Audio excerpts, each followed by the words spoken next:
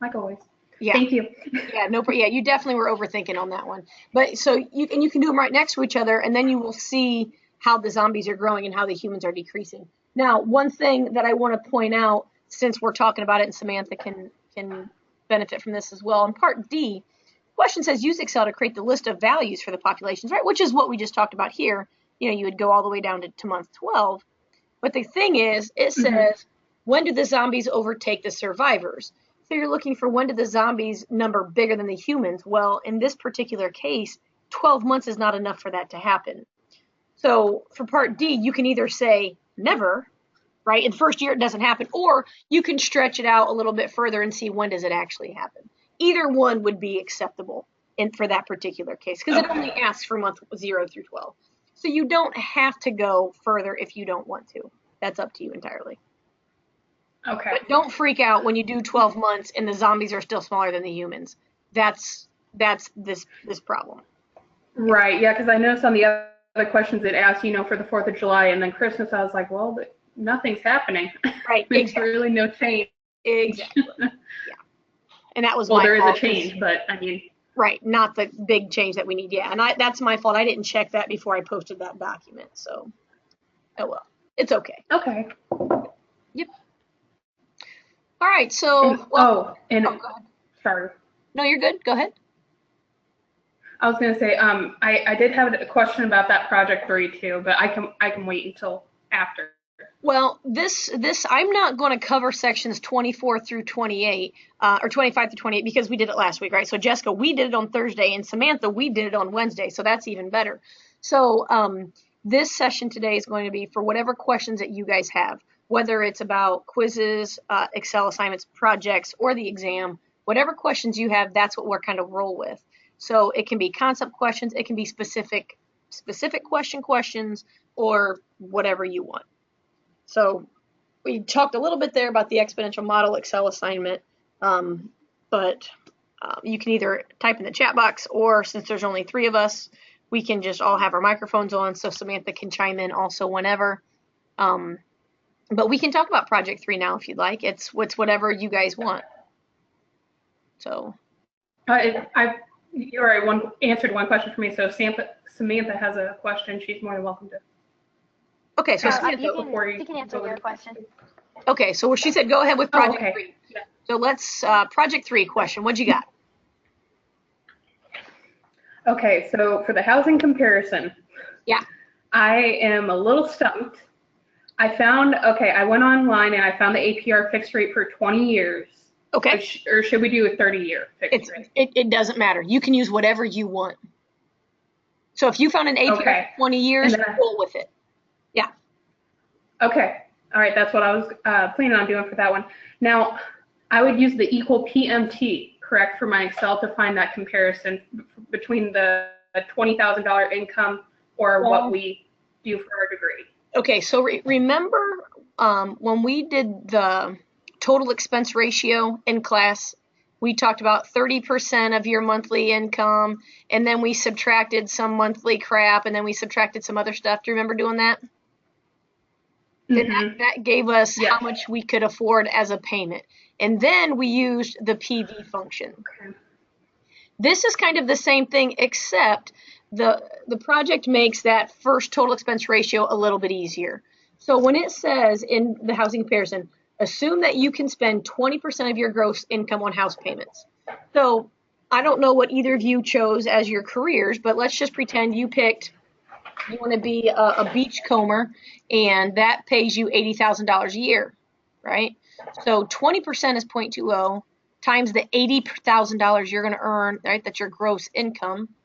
And we're going to divide that by 12 to make it monthly, of course.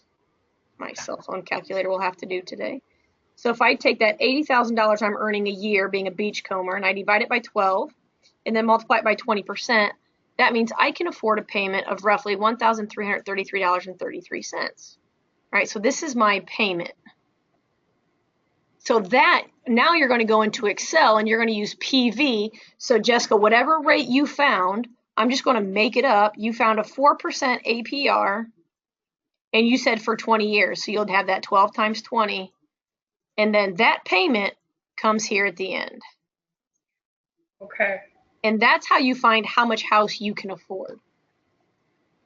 So Okay. the only difference for your the only difference for your high school counterpart is that they're not making $80,000 a year, they're making $20,000 a year. So that will change the payment. Payment will change, which will change the thing. But you're going to use the same APR and the same 20 years for the high school graduate. The only thing that changes is their amount of income, which changes how much they can afford to pay. Does that make sense? And yep. And then now for the house we pick, say you can afford it with what your degree you choose, but you can't afford it obviously for your high school income. That we would just write that. We would just say, well, you can afford it for this one. Will we have to go over and find a different house and then do that equation again? I guess for the write-up. I don't know that I fully understand your question. So let's say for you, I'm just going to make something up. Let's say for you as the college graduate, you can afford a $250,000 house, okay? And let's say the high school graduate, again, I'm making this up. Let's say they can afford a $79,000 house. So you're going to put that in your write-up, right? I can afford this, they can afford that. The third point says, where do you want to live? Now, if you want to live in Columbia City, Indiana, you can probably get a decent house for $250,000, right? But if you want to live on Myrtle Beach, $250,000 ain't going to buy you crap. So you have to say, I really would like to live in Palm Beach, Florida. And when I looked at houses there, the average house was $379,000. I can't afford to live there, right? But if your goal is I want to live in Columbia City, the average house there is $170,000. I have plenty of money to live where I want to be, right? It all depends where you. And then you can say, my high school counterpart at $79,000, they're going to live in the ghetto of Columbia City, which I have no idea if that's true, but you're obviously going to be able to live somewhere nicer, a bigger house, more amenities, whatever, when compared to your high school counterpart. So you're just kind of talking a little bit about, I had somebody one year, she wanted to live in Hawaii. That was her goal. And, she was like around 250, and she's like, I can't live in Hawaii based on that. I'm going to have to rent or find a roommate or whatever, because $250,000 wasn't going to get her anything on the island of Hawaii. So it really depends. Oh, wow. Yeah, it just depends on what you're looking for. How many bedrooms, all of that. And you can get as detailed into that as you want, or you can answer the question bare bones. It's up to you entirely. As long as you answer the questions, that's what I'm looking for. Gotcha. Yeah. Okay. Yep. Alrighty. And I just want to double check and make sure I'm fully understanding. So, actually, no, never mind. You answered that. Never mind. Okay. I got a lot going through my head right now. I'm sorry. It's okay. It's a busy week. I'm very nervous about that final exam coming up. I'm not going to lie. Don't be. Just go. I mean, you put in the work. You've both put in the work and spent a lot of time working on, homework and things. I do recommend that you go through the practice test, which is located in Ivy Learn in module. I don't know if it's in module 15 or 16. I can find that out pretty quickly here. But I would recommend that you go through that practice test, because that will just make sure that you've actually touched on all of the old topics. Because on the third exam, there is information from sections 1 and 2, or units 1 and 2. But anything not on that practice sheet is not on the final exam. So you're not, if age dependency ratios are not on that practice test, they're not going to be on the exam. Does that make sense? Mm-hmm. Yeah, here it is. So this review packet, and there. So in module 16 under learning activities, you've got the review packet, and there's also solutions there, so you can go through with the answer key. But I would go through this, if nothing else, then for the unit 1 and 2 material, because it's been, a few weeks ago, and it will just refresh you on the things that you should remember. So if you go through that and most of that makes sense, you'll be fine. I think half of the unit 3 exam, or the final exam, is multiple choice, and all of the stuff from unit 1 and 2 is multiple choice. So hopefully that helps too. Okay, and you said that was in module 15? 16. It's in module 16 Okay. under learning activities. Yeah, so right there, module 16, learning activities. That's where you can review. Okay. Yep. That will be a really, really good thing. And then if you have certain questions on that as you're working on it, I don't have any idea where number 7 came from. You can shoot me an email and I can either give you, you'll have the solutions, but I can tell you what section it's from, because some people don't remember what section things are from, of where they can go back and, refresh. So I'll do that too. Yeah. But that's at least a guided practice rather than just looking over the entire packet. That thing is, 300 pages. That's a lot to review for an exam.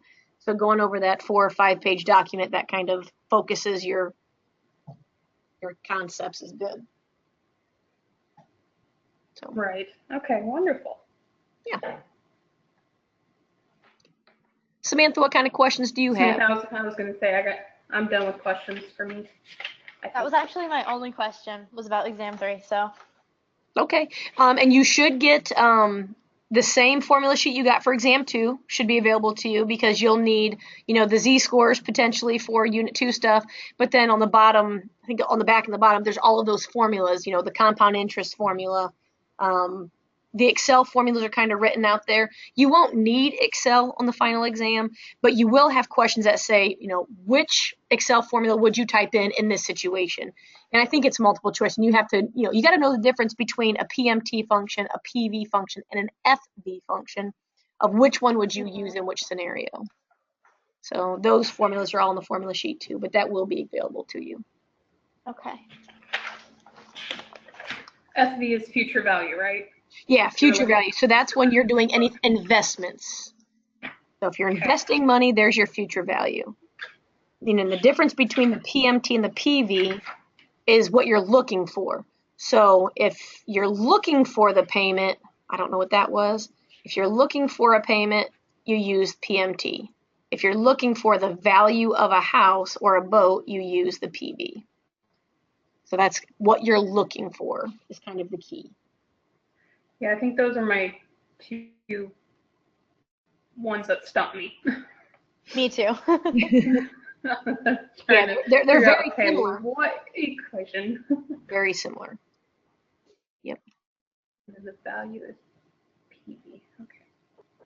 Yeah, so if you can identify from the question what you're looking for, that will identify the first letters. Because remember, once you're past the letters inside, it's all very similar. You've got the interest rate, the number of payments, and then a dollar amount. So the inside is pretty much the same no matter what. It's that initial letters that differentiate between the 3 formulas. Mm-hmm. Okay. Yeah.